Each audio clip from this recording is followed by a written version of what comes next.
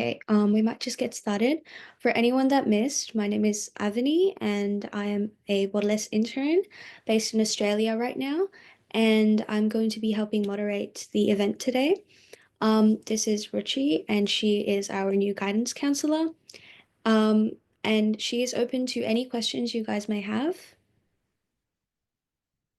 Just drop them Um, in the chat box. yeah, just drop them in the chat box, or if you would like to wait until the end, we have a Q&A session where you guys are able to unmute and ask as well. Um, okay, so just a couple of things about Borderless. We are a free study abroad platform that is founded by former international students on a mission to democratize international education. Basically, we're trying to help you guys out. And on our website, you can find over 400 stories, some of which I actually personally contributed to, of other international students that help you, just learn more about the how it's like to be an international student, what it might be like to in terms of expenses or application processes and things like that. And it also offers you a place for tools that can help you with applying to college, including extracurricular opportunities, information about universities, and a lot more. Feel free to check out the Borderless website, and I hope you guys use it. Okay, so just a few rules that we might go through before we get started. We would like to ask you guys to be muted throughout the whole conference until the end Q&A session, only because it saves so much time and we're able to get through a whole lot more questions, especially of yours at the end as well. Okay, apparently last time there was a thing where people could draw on the screen. I'm not sure if that's going to happen this time, but if you guys are able to, please don't, just because it's too much of a hassle to work with. And another thing is this webinar will be recorded and it will be posted on YouTube, so feel free to access it at any time you like. Okay, shall we get started? Okay, Richie, first, let's learn a bit about your own history. Like, where have you studied and why are you in this profession? Thank you, Avni. So a little bit about me. Obviously, I graduated a very long time ago. I got my bachelor's and my master's in the US, interestingly enough, not the UK. But I've always worked within education. So I started out with working within curriculum development, which is a fancier way of saying writing textbooks. And then kind of transitioned over to the counseling space and, just I like working with students. I really like being able to help students. And I actually, one of the main reasons I really enjoy counseling is that I really do believe in the equitable access to education. I think coming from India, I've seen that education sometimes is treated as is like a commodity that only certain people have access to. And one of the main kind of reasons or one of the main pivoting points for me at least was I did a course at UCL in London that helped me understand how education can also be managed so that it can be available to more people. And yeah, so that's how I've been here, and I've been counseling for the last couple of years. I've worked with students from all kinds of curriculums. They've come from all kinds of different countries.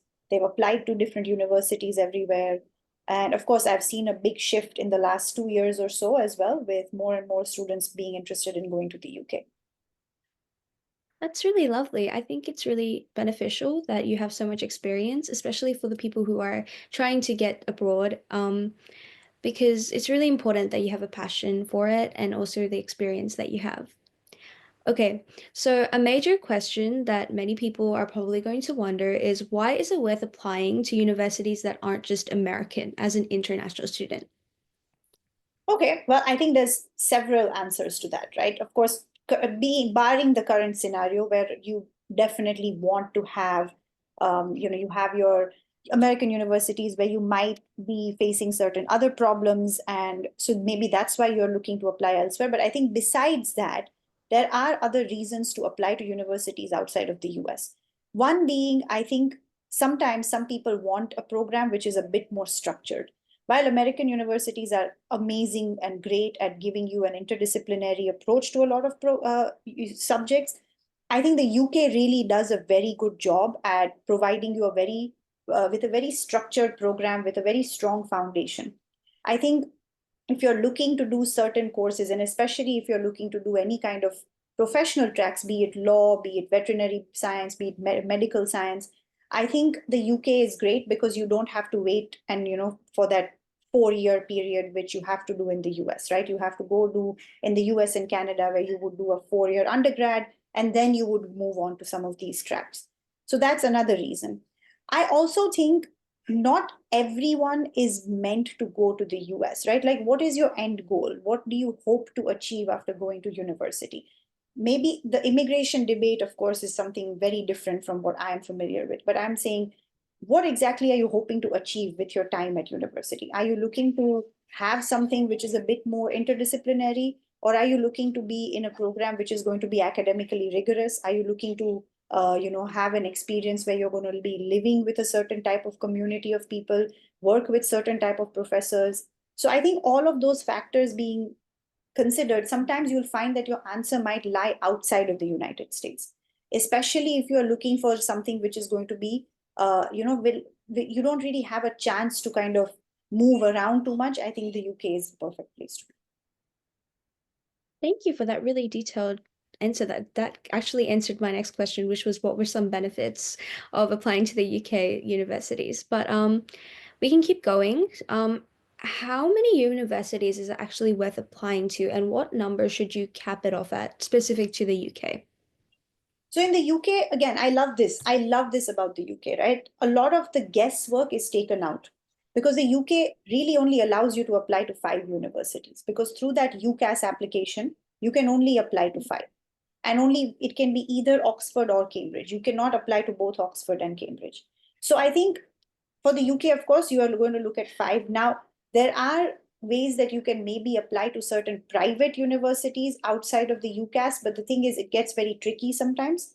So I would always say, when you're looking at the UK, only aim for those 5. And especially if you're doing like a veterinary or medical degree, then you'll only have option to do 4 of those programs, and one, the 5th choice, will be a non-medical degree that you would be applying for. So Mm. I guess that makes it much easier. Now, in other countries, obviously, the debate always, in the US, have had students who have applied to 20. That's too much. You're really setting yourself up for a lot of stress and a lot of money that you're spending in application fees as well. So I would say, if you're looking outside of the UK, then you probably want to aim at maybe 10, maybe 15, really, but that's really as much as you should be doing. Thank you. Kind of leading on from that, what's the application process like? You mentioned that there's UCAS for it, but are there any specifics to it that people should know about? Yeah. So again, this is what I love about the UK. The UK makes it actually very, very easy and very straightforward. Every program at every university has a cutoff or an entry requirement. Now, most of your international curriculums, your IB, your A levels, your GCSEs, they're all listed on there. Certain, and for most countries, even the local country curriculum are also listed on there. So when I say entry requirement, what that means is that if you are doing an IB, if you're an IB student, and if you're applying for, let's say, economics at University of Warwick, on the university's website, it will say that you need to have a minimum IB grade of, let's say, 39 points. That's 39 out of your 45. And then it will also go on to specify what grade you need at the higher level subjects and what grades you need for the lower level subjects. So I think that's your first kind of barrier to entry. That makes it a lot easier. If you have an idea of what your predicted grades are, let's say in grade 11, 12, it gives you a certain starting point, right? That's where you're going to start from. So the application process, that's where you're starting from. You're starting by figuring out, of course, what program you want to apply to, and then figuring out, okay, where are my grades actually eligible, make me eligible for application. The second thing is, another amazing thing about the UK, out of those 5 universities that you're applying to, all your programs have to be fairly similar. Unlike America, where in one university you're applying for psychology and maybe in another you're applying for business studies, in the UK you cannot do that. Your programs have to be quite similar to each other.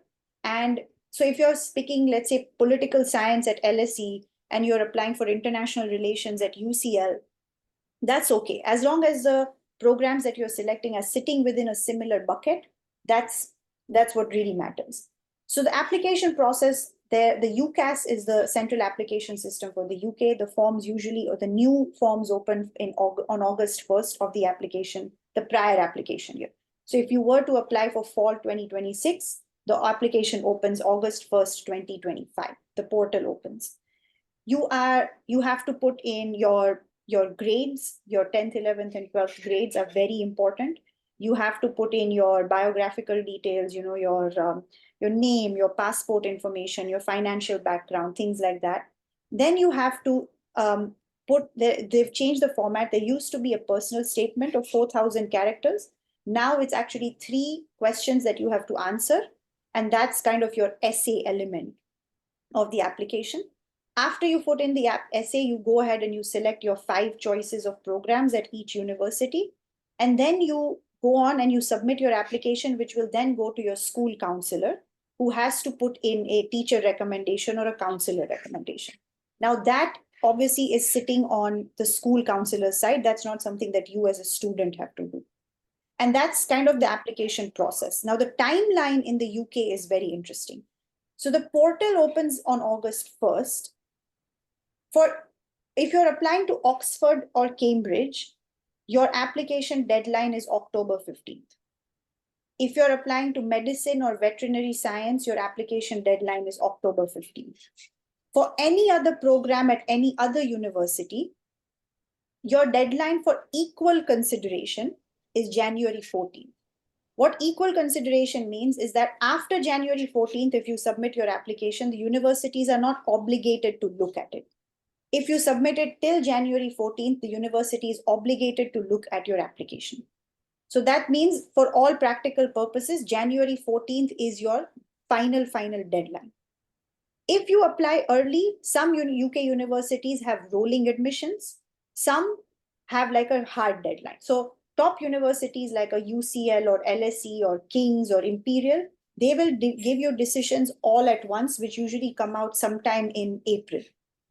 Some other universities, Warwick, Bristol, Bath, they have something called rolling admission. So if they really like your profile, they will extend you an offer.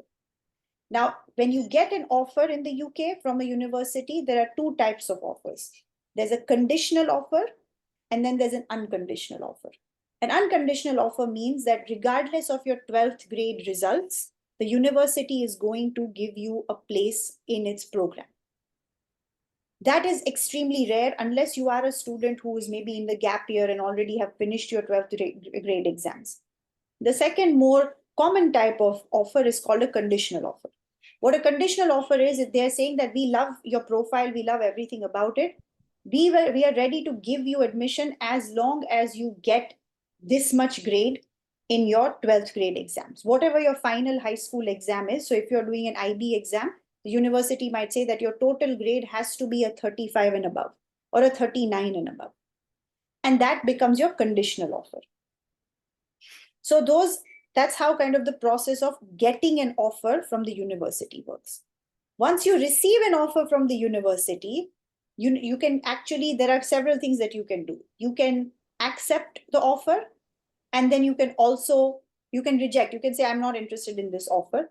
When you accept an offer, there are 2 types of offers that can happen. There is you can say, this is my firm offer, and this is my insurance offer. An insurance offer is one where you feel that you will definitely meet the conditions. If your IB predicted grade is a 38, and the conditional offer says that you need to score a 35, you will most likely meet that offer. That is your insurance offer.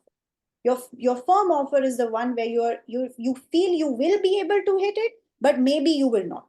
So if the conditions of the offer say 38 and your predicted grade is a 37, so maybe you'll get a 38, right? So you're kind of hedging your bets. So that's sort of the process. You finally have to make the decision actually all the way in May. But usually some students tend to make it earlier because of it allows you to select your housing options then. Because if you wait too long, all the good housing might have run out, or maybe there is no housing left, period. So that's one of those things. So that's kind of the timeline for the UK. And then you would apply for your visa and stuff in August. And usually the term begins in September. So I know that's a very long kind of convoluted process. But the good thing is on your side as a student, it's only that one application that you're sending and you're done. You've hit your 5 universities. It's one and done. So that's a good thing. That's actually really similar to the Australian process now that I think about it. We'll get into it in a later episode, but how is this similar or different to the American process? It's actually very different from the American process, where so America obviously has multiple deadlines, right? You can have an early deadline, which is November 1st. You have your regular decision deadline, which is January 1st. You have rolling admissions at schools like Penn State or Arizona State. Um, and then so America is a little different. America also usually there is no conditional offers in the US. You either get an offer or you don't. And it's kind of an unsaid rule that you just have to basically pass your 12th grade or high school exams. That's the biggest, I would say the condition is probably the biggest difference. And of course, most universities in the United States do not give you a cutoff for admissions, right? There's no entry requirements in terms of grades. There might be some entry requirements in terms of what classes you've taken, but definitely nothing like the UK. But that being said, the American admission system is also much more expensive because in the UK, the UCAS is you have to pay one application fee, and that targets your 5 universities, and that application fee is not very high. I think it's somewhere around £30 or something. Whereas in the US, for each individual application, you're paying anywhere between $50 to $85.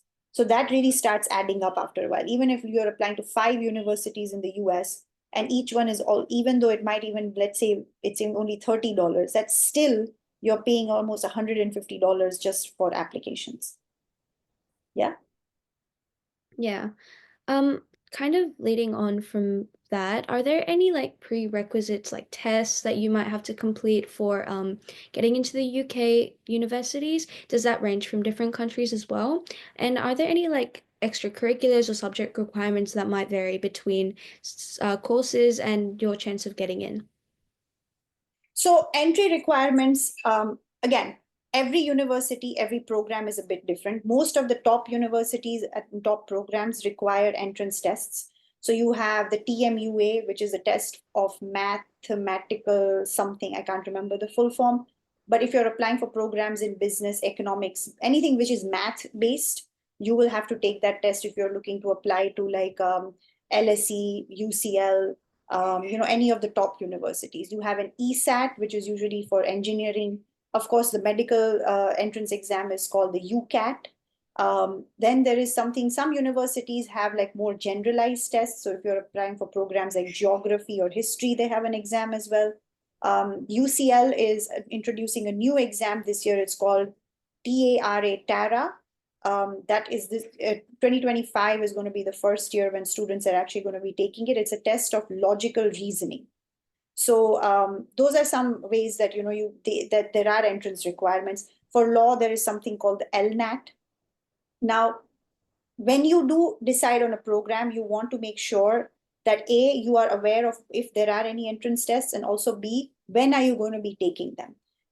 Registrations for the exams usually open up on the same day that the new UCAS portal opens. So that is usually August 1st. And testing can happen anytime from September 1st all the way till January. So you want to be able to understand when you want to take that test so that you have the results when you submit your application. You can submit your results after you submit your application, but the university will not read your application until you give those entrance test results. The one thing, unlike the SAT, you can only take the exam once. You cannot keep taking these exams. They're also not standardized tests. So these are subject matter tests. So you have to be a little bit more, conversant in the knowledge that they're asking you. And most of them are done online. So at least, if you register and everything, that's okay. And then the other test, which most of you will have to do, is going to be called the IELTS, right? Because you will need it as international students. You will need it for your visa applications as well. Even if you're studying an international curriculum, you still might need it. So I recommend that all international students take the IELTS. Now, the IELTS is actually a very straightforward exam. It's an exam of English language. So it's a good thing to have. So that's some of the different requirements that you might have to take. And sorry, Avni, what was the second part of your question? Are there any like extracurriculars or subject requirements that might be required or helpful towards getting an acceptance? Right. So extracurriculars in the UK are looked at a little differently than the US. Now, there is no activity list per se on the UCAS form, where, in the US, you would be writing out your 10 activities, nothing like that in the UK. In just, sorry, give me 1 minute, please. That's okay. So that is, there's no activity list per se. But what you can do is you can talk about something that a lot of people in counseling refer to as super curriculars, right? So these are extracurricular activities which are related to the program you want to apply for. Now, what that means is that if you were to wanted to go to medical school, maybe you've done some shadowing or interning in a hospital. If you are applying for law school, maybe you've done an internship at a law firm, or maybe you've written a research paper, something like that. So when you write your personal statement, or when you answer those 3 questions in the personal statement, there is a question that specifically asks you what activities you've done that help you or that will help you study this subject further at university. So that's one area. So generally speaking, you don't need so many extracurricular activities for the UK, but you do need 1 or 2 more focused activities. The second thing is a lot of UK universities on their websites have these things called reading lists. What that means is that the university is telling you that when you are applying to this program, you should be aware of these books or listen to some of these podcasts, because that gives you, some more introduction to the theories that you're going to be studying. Now, reading lists can also be for programs like engineering. It's not just something that is reserved for like the social sciences or the humanities, but that's something that every student who's looking to apply to the UK definitely check out the reading lists on the university website and try and get at least 1 or 2 of those things, like try and read a book or listen to a podcast, and so that you can talk about some of the theories that are of interest to you, whichever subject. You could be choosing to study economics, you could be choosing to study business, whatever it is. Have something that you have read outside of your school. If your school has your textbooks, there should be something that you have read, and there should be something that you have researched outside of those books as well. So that's something that you want to kind of do to help your chances of admission for sure. Thank you. There was one question in the comments which kind of relates to this, but what are some scholarship opportunities for international students? And like it was in the comments, is it realistic for a full ride scholarship to the UK? So full ride scholarships are rare, I would say. They only, because a lot of UK institutions are actually public. There's an hierarchy to who gets scholarships, right? Because they have to, kind of cater to the local student, the domestic student, then the EU student, and then all other international students kind of come into play. That doesn't mean that it doesn't happen, but it is extremely rare to get a full ride scholarship. Now, generally, scholarships in the UK are not as abundant as those in the US, but then also the cost of education is a bit lower in the UK than in the US as well. There are scholarships that you can apply to.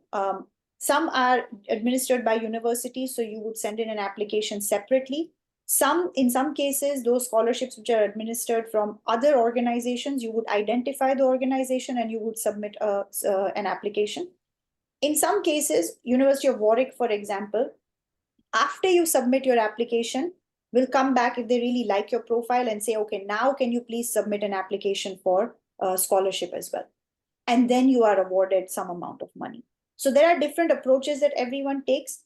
So in short, opportunities are there, but they are a bit more limited than the US. Thank you. Okay. You kind of touched on this earlier, but what's it like in terms of class structure, flexibility, and course structure in the UK as compared to, say, the US? Okay, so again, I think this kind of goes back to the main point where we're talking about structure, because I think in the UK, courses are they're structured quite rigidly. So, chances of you being able to switch your majors, not great, because I think you might lose out on the coursework that you have already done. So that is one thing I think in the US you can kind of, move around fairly fluidly for the first 2 years at least. So that's one thing. Now, courses themselves, again, the great thing about UK universities, everything is available. So if you go on a website, on the university website, they actually tell you exactly what classes you will be taking for year one, year two, and year three. Year one is usually very foundational, so it's something which is more general ed, and everybody's kind of doing the same thing. You do end up having a fair amount of electives where you can, so for example, if you were to take psychology, right? What kind of psychology, right? Is it going to be clinical? Is it going to be more market psychology? So those kinds of bifurcations can happen. Those electives do come into play maybe in your second, towards the end of your second and your third year, definitely. So in that sense, you do have a bit of flexibility. But yeah, unlike the US where you can kind of jump around it, and also you have to understand that because it's a 3 year degree, it moves much faster. The reason you have this kind of flexibility in the US is because you essentially have a whole extra year, right, where you're allowed to do this exploration. Whereas in the UK, everything is about you applying to a certain program. So you're proving to the university that I have researched the program I'm applying to, and this is why I would be a good fit. So then making the argument that I want to not do this program, which I have made an argument and said I'm great at, is a bit jarring. So I think that's the challenge. So in that sense, I don't think the flexibility, it's not like the US. Hmm. Um, okay, this is kind of touching on accommodation, but is accommodation a difficult thing to afford? And would it be cheaper to rent out of universities or go for student accommodation? And can self-funding also help, such as working for like pocket money or things like that? So accommodation now, UK, like everywhere else, is also in that same situation, right? Where the cities are going to be much more expensive. London is one of the most expensive cities in the world. So if you're going to go to LSE, please be prepared to pay a lot more money for housing as opposed to if you decide to go to like St. Andrews or something which is a bit more not rural, but maybe not in such a big town. Universities, every university has a different kind of requirement for housing. Some require freshmen or first year students to be on campus. Others are a bit more flexible, even in the sense that how much do things cost. I think even there, I would say that there is a difference. Some university housing is actually quite cheap and more affordable, whereas in some cases, renting on your own is much easier. This is something that once you have decided on like, or once you think, okay, I really like the program at this university, this is something that you should definitely research or at least ask someone about, because you don't want to be stuck in a situation where your housing is costing more than the actual university degree.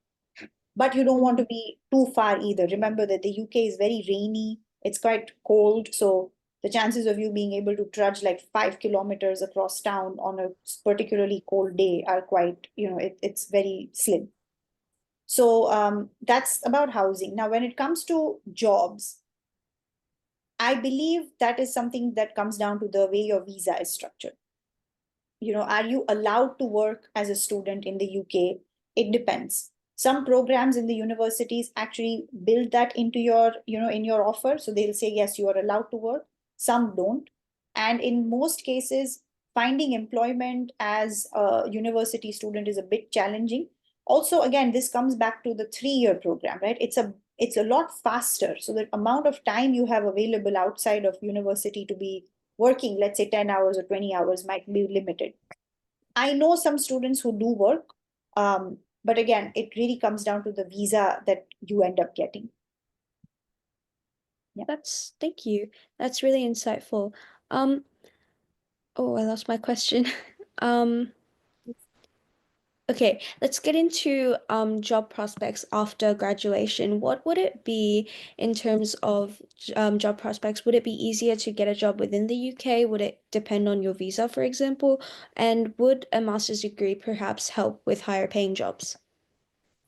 Okay, so I think this is now we are moving into a territory which is very volatile in the sense that it changes all the time, right? 2 years ago, the UK had said that if you went to these some top 20 or top 30 universities, when you graduated, you were getting a 3 year work permit. That does not happen anymore. They've changed that. So that's the first thing, right? So this landscape will keep changing. While you're at university in those 3 years, things will change. Job prospects within the UK are quite complicated because, again, you need to get a work visa and a work permit and things like that. And a lot of companies are not really looking for international citizens to work in their companies. So that is one way of doing it.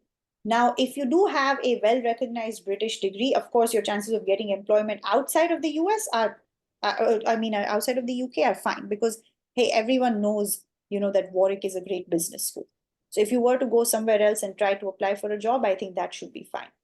Um, Getting a master's degree, I think in general, now this can be across the UK or anywhere else. I personally feel unless you are going to do a master's in something like a medicine or some, one of those fields, it's important to gain some real world skill and experience after you've finished your undergrad. Don't directly jump into the master's because what happens is if you have a master's degree and you have no job experience, you are very, very, you're very qualified, but maybe you're not skilled. And so you might want, your chances might actually get slimmer in some cases. So I would say definitely look for job opportunities. Now, that being said, there are programs at UK universities which are called they're like sandwich programs where what the university gives you is you do 2 years of academics, then you take a year and you work, and then you come back in your fourth year to finish that last year of university. So, if you can, it's basically called, and when they make you the offer, they give you that. They say, okay, psychology with 1 year of work experience or business with 1 year of work experience. And that work experience is usually in the field that you are studying. And also because it's something that's built into the program by the university, the chances are that the university is going to help you find that employment as well. You might not get paid a lot, but what you are gaining in skills in that case is like literally invaluable, right? Because it's 1 year of solid work and then you're going to go back. I know in some cases students find it hard to go back and finish that last year, but I still think that there's nothing quite like it. And a lot of universities have these options and a lot of people actually do qualify for these as well. So again, when you're researching your programs, you should definitely see if universities, which university has those, would you like to be considered for those, add them to your list. Thank you so much. I might do one more question and then we'll wrap up this section and go to Q&A from the audience.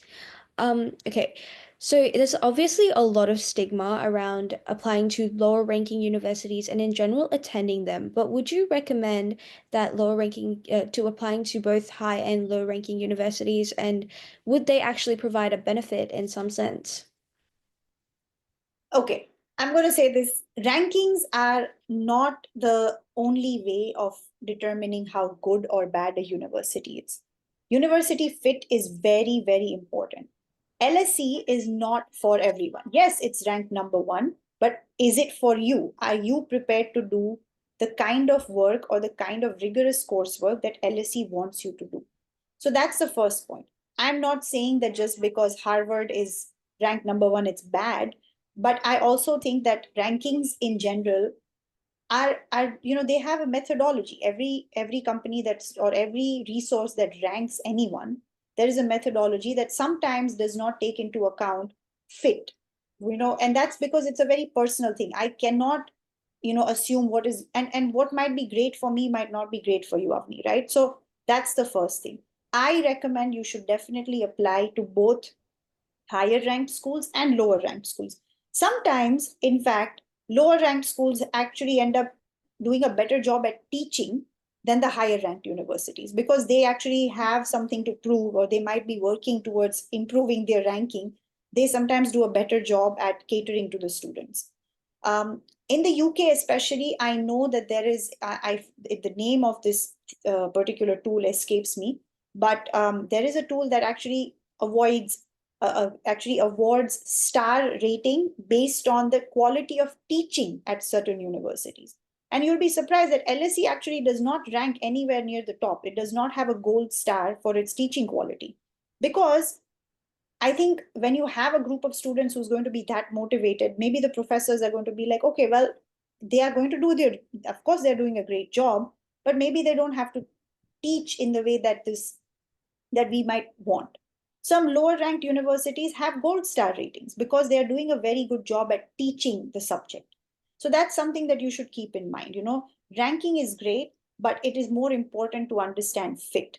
And it's also more important to understand what each program is offering you, right? It's one thing to say, I want to study economics, but what kind of economics? Do you want a more data-based economics? Do you want a more theoretical economics? Do you want something which is going to be used in a clinic, like in a medical setting? Do you want something which is going to be used in like in some other kind of setting? So it's important to understand what you want to do as well. So all of these factors do come into play, but I would definitely kind of have a well-rounded university list where there are some options which are higher and then some options that are lower. Thank you so much. We'll wrap up that section and go into audience Q&A. There's a couple in the chat box. So maybe we can start with some of them at the top. Someone asked if what the difference between a Common App personal statement and a UCAS personal statement is. That's a great question. So the Common App personal statement is actually quite personal in the sense that the university wants to know who you are as a person. Are you curious? Are you imaginative? Are you compassionate? Are you, any of these things? That is you about you, your qualities as a person. So the Common App is looking for a personal essay in that sense. It is not really looking for a list of your achievements or your academic achievements. So that's the thing. It's actually quite a difficult essay to write for most people. The UCAS personal statement, on the other side, is a bit more focused on your academics, because now, again, like I mentioned, it's not one long essay. There's going to be 3 questions that you have to answer. The 3 questions are actually only talking about, they're very focused on your academics and the program that you're applying for. For example, the first question is, why or what is the motivation for you to apply for the program at this university? So they want to know, why do you want to study X course at this university or at university period? So there's not a lot of space in the UCAS personal statement to talk about your personality, right? You can kind of course, there's ways to work that in, but again, you want to really focus on your, the research you have done, what skills have you gained through high school, maybe through your extracurricular activities that prepare you for study at university, and also how much do you know about the subject? How have you connected with some of these concepts? These are the things that the UCAS personal statement is really looking for. I think that really sets out the clear-cut boundaries between the two. Thank you. Okay, another concern that someone had was if taking a gap year has a negative impact on your application when applying to UK universities, and what was the maximum number of gap year a student can take? So I think this is it's a bit of a tricky situation. Now, technically, I don't think there is a negative impact, but the important thing is, what are you doing in that gap year? Are you doing something constructive that is helping you resolve your confusion of not applying? Remember, the UK is very academic, right? They are not really interested in a story of, oh, I got this and I got lost and I was going. No, no, no. They just want to know, why are you applying for X program and what have you done to prepare yourself for that program? So in that sense, the gap year, sometimes it's very hard to kind of, unless you are taking the gap year to, like, I don't know, work on something which is, so I'll give you an example of student of mine. She took a gap year. She wanted to apply for like the politics and law program. And then she took a gap year to build like a school and, work within equitable access to education in India. That, yes, that will work because you've done something in the gap year to build up your profile. But if you're just going to take a gap year and have like not really do much, of course that's going to impact your chances. How many gap years you should be taking, I think that again comes down to the same thing. I personally don't think you should take too many gap years, because the further you get away from that academic record of your 10th and 12th grade, the harder it is for universities to judge your academic prowess. Are you going to be able to keep up with the rigor at university? The only way a university has to judge that is based on the grades you received in grades 10 and 12. So the further away you are from that, the less importance those grades can give. So that's one of the reasons I would not go I would not go 2, 3, 4 year into the gap year situation. I hope that answers the Thank you question. so much. Yeah, thank you so much. Um, okay, another question was if people can apply with the TOEFL instead of the IELTS, Mhm. and if there's any flexibility in the university's requirements as well. So the universities require you to show English proficiency. What that means is it really can be any. They officially they say that yes, we can, we will accept the TOEFL or the IELTS. The reason I say you should use the IELTS is because IELTS is the one that's going to be required when you apply for the UK student visa. So you're essentially, and the IELTS, let's say you're applying to other countries also, even if you're applying to the US, everywhere, all these universities will accept your IELTS score. So, and if you applied and if you take the TOEFL, but then you are applying for the UK student visa, you have to retake the IELTS. So instead of doubling up on that work and paying all that extra money, it's just, you should just do one and just call it a day. Hmm. Thank you. Okay, does one need to have a passion project to be a strong candidate for the UK universities? That's a great question.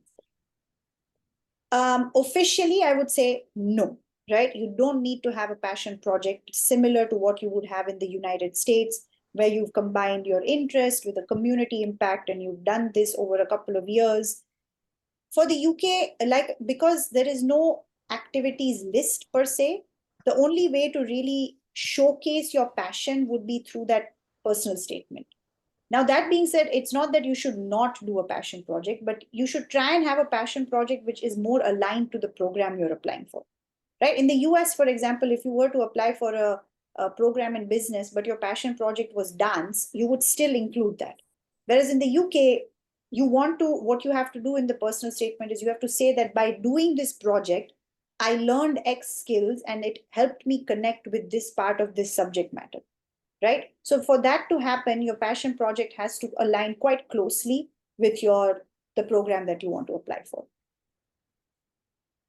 On the same note, how important, I think you kind of touched on this earlier, how important are extracurriculars for admission? Again, yeah, there is no activities list that you're going to be filling out. So that is definitely one thing you don't need to worry about. And even if you do activities, if you have 2 or 3, that's great. You need to have something, because there is a question that explicitly asks you, what have you done outside of your school to kind of further your interest in the program that you're applying for? So you have to do something. It's not, you can't just be doing your schoolwork, but it's not quite as elaborate as the US. Hmm. Um, okay, an interesting question. Do you have to be 18 at the age of applying, or can you be younger and then turn 18 when you first start your classes? I believe it's the second, but again, I would check. You have to be 18 when you're starting your classes. Okay. Um, what was the tool that ranks in terms of quality of teaching, ranks the universities? I unfortunately I cannot recall the name, but um, I can put it in, when we upload this to YouTube, I can put it in the Yep, comment that's okay. section. Yeah. That's okay. Yeah, I'm sure that'll be okay. Yeah. So yeah, if you guys want to see that, just check the YouTube afterwards. I'm pretty sure Veronica will announce it when it is up. Yeah. So yeah, just keep an eye out for that. Um, okay, could you recommend anything about art degrees in the UK? By the way, was that creative or the other type of art? Whoever messaged that. Okay, I can just talk a little bit. So art degrees, like everywhere else, anything to do with design, a portfolio is something that you need to provide, right? Because it's a little different than just studying an academic program. Someone has to see what kind of work you do. So that's really what the art degrees are talking about. So if it's performance art, if it's creative art, if it's any kind of art, you will need to provide a portfolio. So if you are Sorry interested in to art, interrupt. yeah, Sorry to or it's interrupt. animation, She mentioned, yeah, she mentioned it's animation. Yep, just saying. yeah. Again, you will need to have a portfolio of your work because there will be a space on the application that you can put that portfolio information in, and it'll be used as one of the tools that they judge you on for your admission. Is it worth studying architecture in the UK? Well, I mean, I think that's an interesting question because architecture is something which is, I think it's a special space, right? Because it combines your engineering along with your art. So first thing is, are you ready to take on the rigor, right? That's the first question. Because I think a lot of people think that it's an easier version of engineering. It's actually not. It's actually quite on the similar lines. Now, and architecture also sits in its own space. So most universities will have requirements for architecture which are separate from everything else. So is it worth studying? Now that really comes down to what you end up doing after that 5-year program, right? What are you planning on doing? Um, yeah, I don't know if it's, that answers the question, but it's important to realize that you are not going to be just going into the field and building a building immediately. That's going to require a significant amount of legwork. So important thing to do is, of course, do the program, but then also collect your skills along the way. Do those internships and things like that. Thank you. Mhm. Do honors matter for the UK?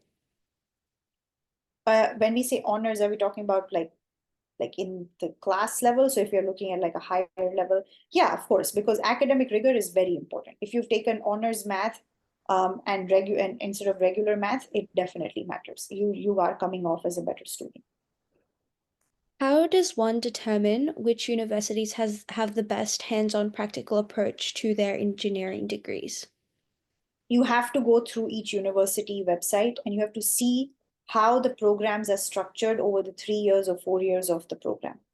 It will specifically tell you what exactly you are expected to do. So you have actually, when you go on the program website, there's an area that's called like program structure or program modules or something, and you can click on each year, and that gives you how much practical experience is built into the program. So you will have to do that for each university that you are interested in for sure.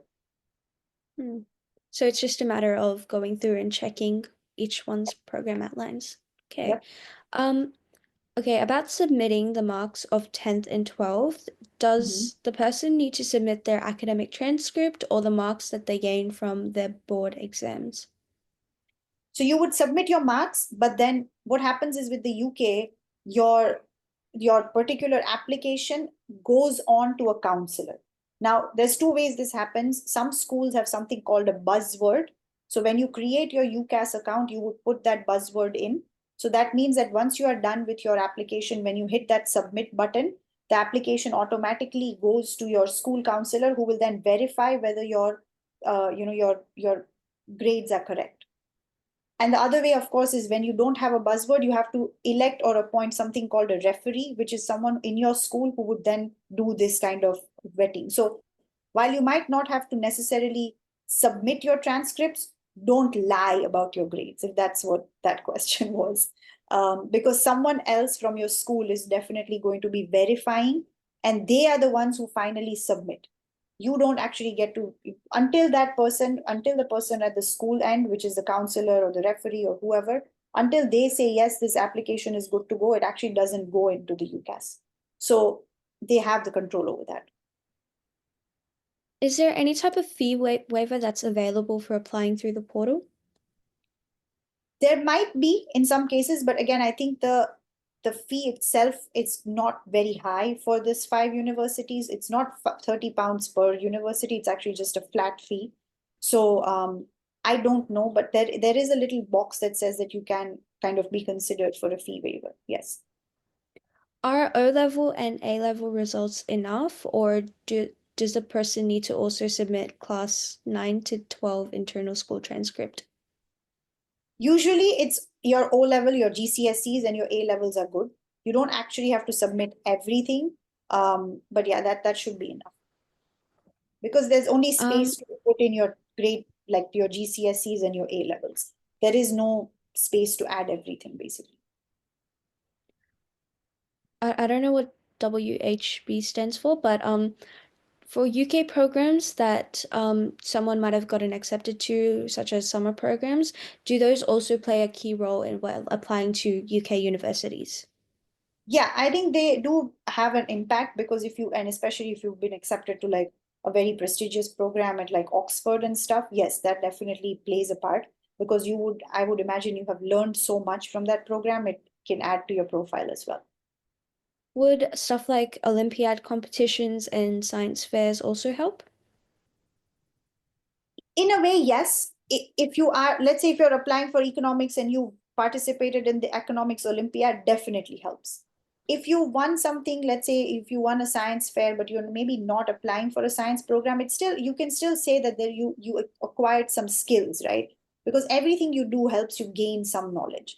It's important to understand what skills this person is gaining from doing these competitions and these Olympiads. So that's really, so I would say it does help, but again, remember that unlike the US, the UK is going to be always more focused on your grades. All of these other things are nice to have, but it's not something that that's going to kind of make or break that admission decision. Nothing can really Um, make up for a bad grade, is what I'm saying. hmm. Does also Duke of Edinburgh help? Because I know that's something that goes around a lot, especially in different countries. Does it help? Yeah. Again, yeah, I think it helps in the sense that it helps you, you are gaining skills in teamwork or empathy or project management or any of those things. So those are skills which are transferable across programs. But the fact that you've done it by itself is again not going to move the needle towards admission on its own. Okay, here's an interesting one. Can someone without the GCSES, A levels, IB, AP, but rather with the national curriculum apply? And if not, how can someone even that out? And should they take courses that can be accepted as part of substitution, or or do they need to take an actual A level, IB, AP curriculum? You can apply with the national curriculum. There is nothing, like I mentioned, every university on its website will tell you what are the entry requirements for whatever is your national curriculum. If you are studying the national curriculum of Brazil, on the university page for the program, it'll say entry requirements. There'll be a tab that says international. And then on a drop down menu, you'll see pretty much every country listed. So you can click on Brazil and then it'll list the entry requirements for you if you've studied that national curriculum. Yeah, there are very, very few programs. I'm not even saying universities. There are very few programs which might not accept someone who's coming from a non-international curriculum. But again, those are few and far between. Would participation in inter-school competitions help even if you're not winning anything?